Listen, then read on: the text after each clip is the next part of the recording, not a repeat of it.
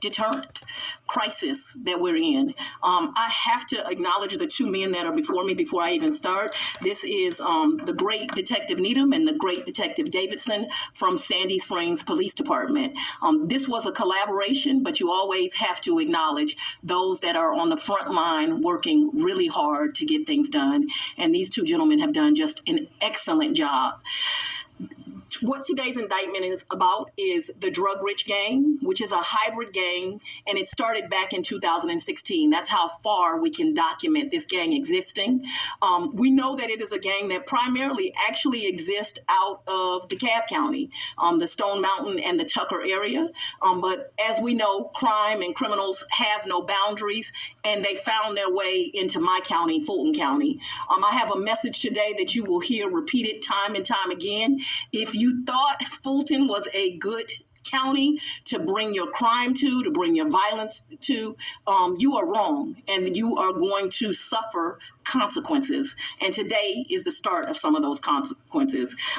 This gang, as I mentioned, is a hybrid gang. It does include members of the Gangster Disciples, the Crips, and the Bloods. We know that here in Atlanta, Georgia, that hybrid gangs are something that we regularly see.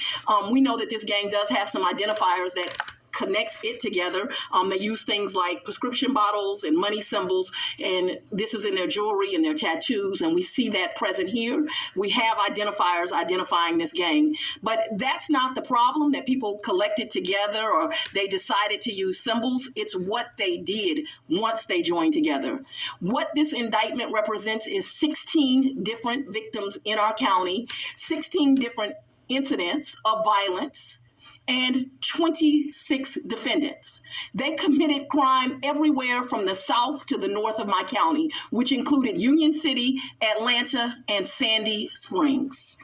The earliest crime committed that is captured in this indictment is a 2018 carjacking.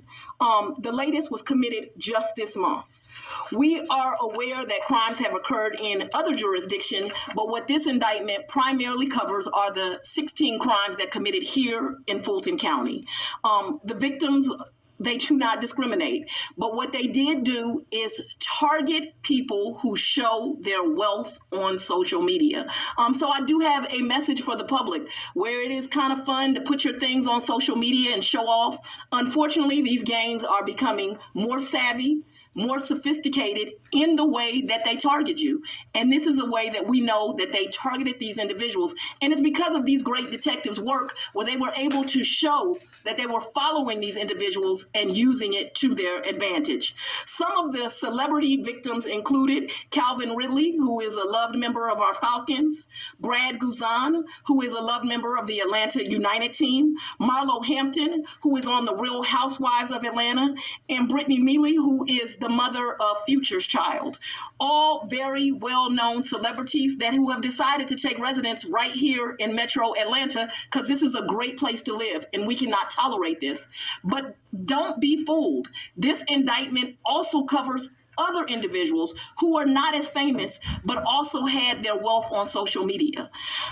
Lots of social media influencers. The incidences that are in here is, thank God we don't have a murder, but we have kidnapping, we have armed robberies, we have shootings, and we have home invasions, very violent crimes, things that cannot be allowed in our county, and all done again at the hands of crime, at the hands of gangs. What I want the public to see today is a collaboration of law enforcement, because as they have gotten more savvy, so have we. And so what you have is a collaboration of the Atlanta Police Department, the Union City Police Department, the United States Attorney's Office is here today, the Fulton County Sheriff, the Marshals, and the Fulton County District Attorney's Office. We are working together. We are working collaboratively, and we have a message, and that is get out of this county or expect to start seeing sentences that go life plus. Because I am not going to negotiate with gang members. I am not going to allow pleas. We are going to find you. We are going to convince you, and we're going to send you to the prison for the rest of your days. And I'm not apologizing for that. Any questions? Yeah. So, George Cheating, Willis County. As it happens, I live in a part of DeKalb County that Drugrich is sort of covered. I live in Pine Lake. Did you know you could?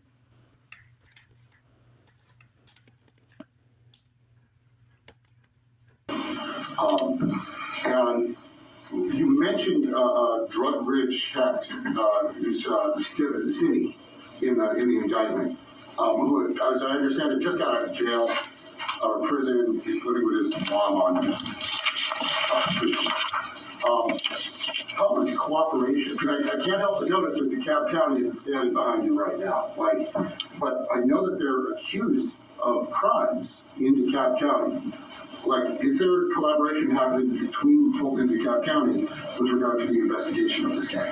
I have a relationship with the district attorney in DeKalb. I cannot say we specifically collaborated on this incident. I will say that we know that this gang has also committed crimes in Cobb, in Fayette, in a lot of the surrounding jurisdictions, and they have been at the table as we have developed these crimes. In fact, I'm aware that the Gwinnett district attorney does have an indictment against some of these same members, and she has sent part of her staff to be at the table.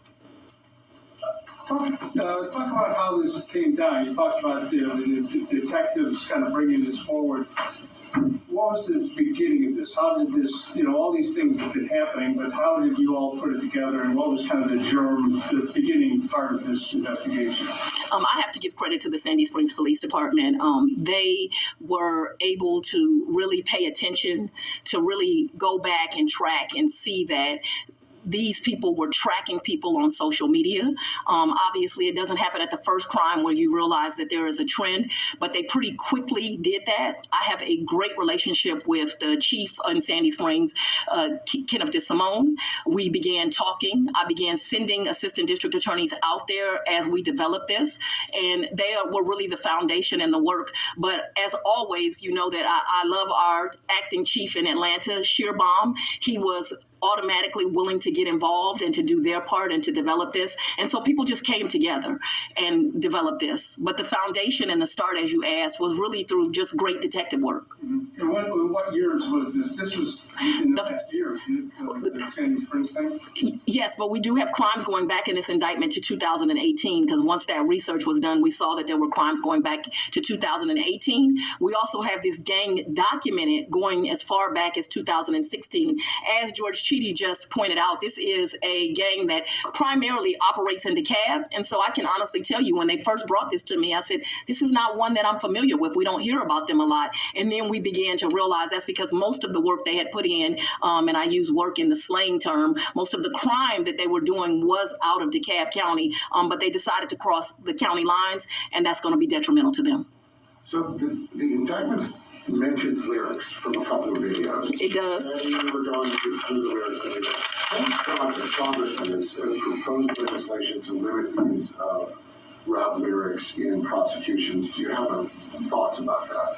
I think that I would welcome an opportunity to sit down with Hank Aaron and discuss that proposed legislation. I don't think that it will be successful. I think if you decide to admit your crimes over a beat, I'm going to use it. And you've used that before with previous gang member arrests. What are your specific responses to the criticism that you're specifically targeting Atlanta's hip-hop community through these lyrics? I'm not targeting anyone, but however, you do not get to commit crimes in my county and then decide to brag on it, which you do that for a form of intimidation and to further the gang and not be held responsible. One of the lyrics used in this indictment, just one of the lyrics, is me and my crew striking out, striking in all black. Send me the drop, we'll kick in the house. If we steal a car, we're going to take off the tag. Well, they're kicking indoors, committing home invasions, and now I'm using those lyrics that they're admitting to doing that. I'm going to continue to do that. People can continue to be angry about it. I have some legal advice. Don't confess to crimes on rap lyrics if you do not want them used, or at least get out of my county. Two quick questions. The first one related to this indictment.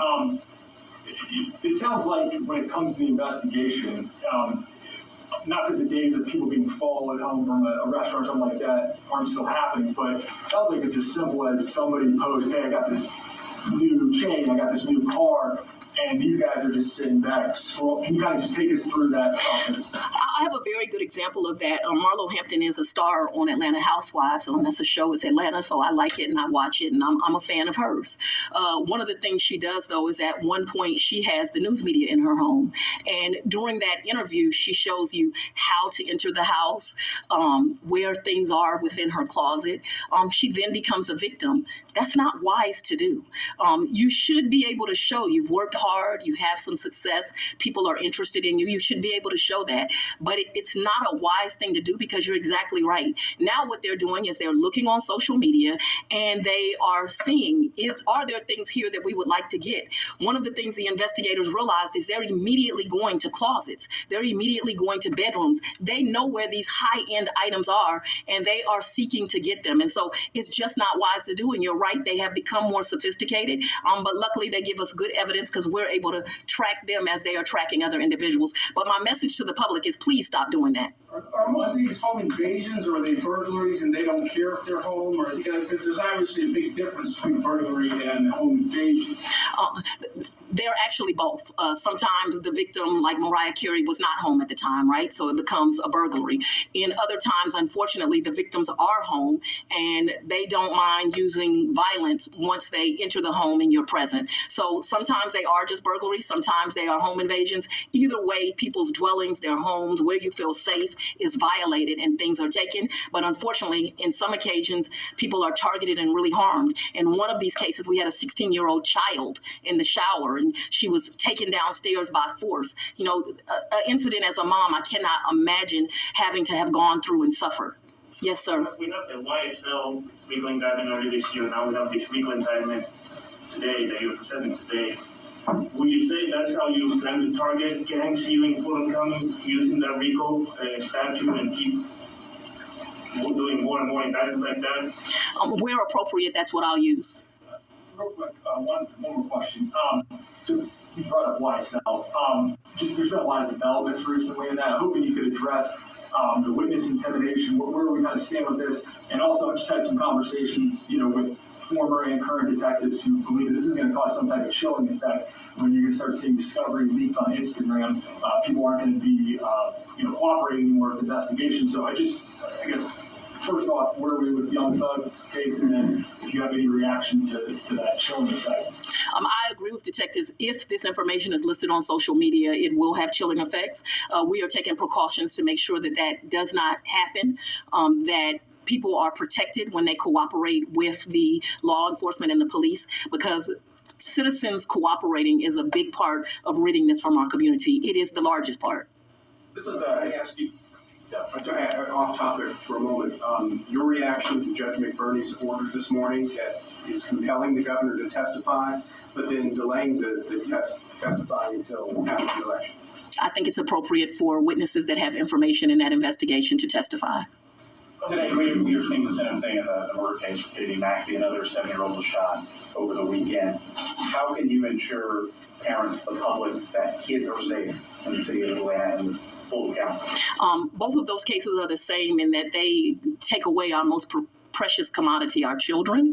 And today that defendant, the world should know, got life without the possibility of parole plus another 15 years. So that gentleman was a member of a gang, and that's an example of gang violence that we cannot allow in our community. There is a distinction in this case that happened over the weekend, although it is equally tragic.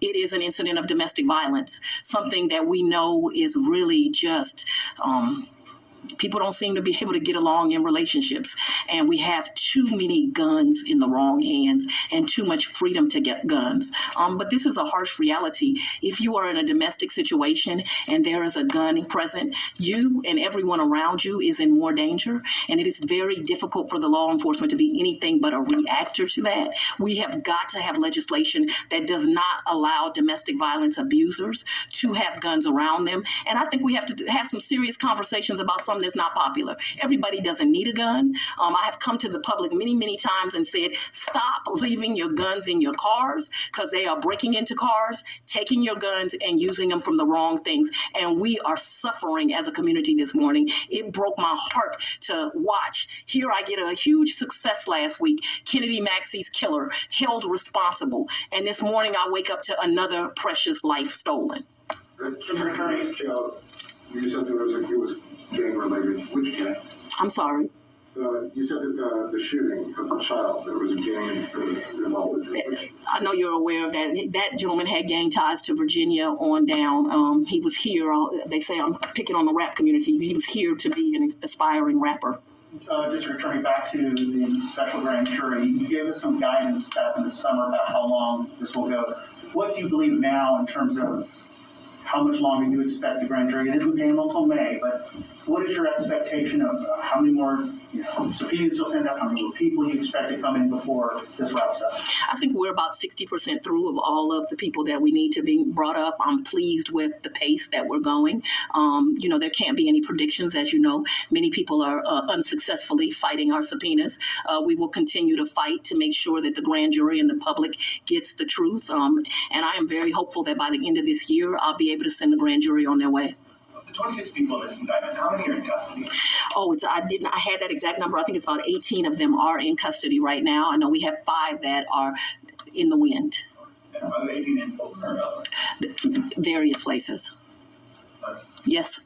Was there ever a moment in the Trump investigation where you anticipated that the special grand jury might complete its task before the election and would have approved the idea of issuing the advisory report beforehand, or did you always kind of go, no, we're going to wait until after? No, I knew we were going to wait till after. I've been very specific and determined to get rid of that accusation that this is just some political stunt and we were trying to impact the election. As you may recall, I did not call the first witnesses until we were after those primaries, and I made it very well known to the judge who's over this, as well as my team, that I would not do anything until after the election. So they'll have to accuse me of something else. They can get rid of that one. This is your 4th or 5th RICO, I guess, since you've been with the DA. Just talk about the strength of of this tactic and why you go this way. Well, I have to go back to the great work of Detective Needham and Detective Davidson in this matter. I'm a fan of RICO. I've told people that. And the reason that I am a fan of RICO is I think jurors are very, very intelligent. I think that some people don't want to do jury service, but once they get there, we really find that there are good citizens there. They're very smart. They pay attention. They take these matters serious, but they want to know the whole story. They want to know what happened. They want to make an accurate decision about someone's life. And so RICO is a tool that allows a prosecutor's office and law enforcement to tell the whole story. And so we use it as a tool so that they can have all the information they need to make a wise decision. So it's a tool I continue to use. I'm very happy the Atlanta Police Department allow us to come down and do gang training and talk about RICO. And that was the great cooperation of the Atlanta police chief that stands behind me, Shearbaum, as well as the mayor allowing that. And so it's a tool we'll use. Sandy Springs has brought in, Atlanta has brought in. In fact, all of the chiefs. We know that this is a good tool, and it's a tool we continue to use. Since there's so many agencies, is this investigation going to expand to other counties and trade information on this? We will absolutely be cooperative with other counties, but I am the district attorney only of Fulton County, and so what I'm concerned about is crime that occurs in Fulton County.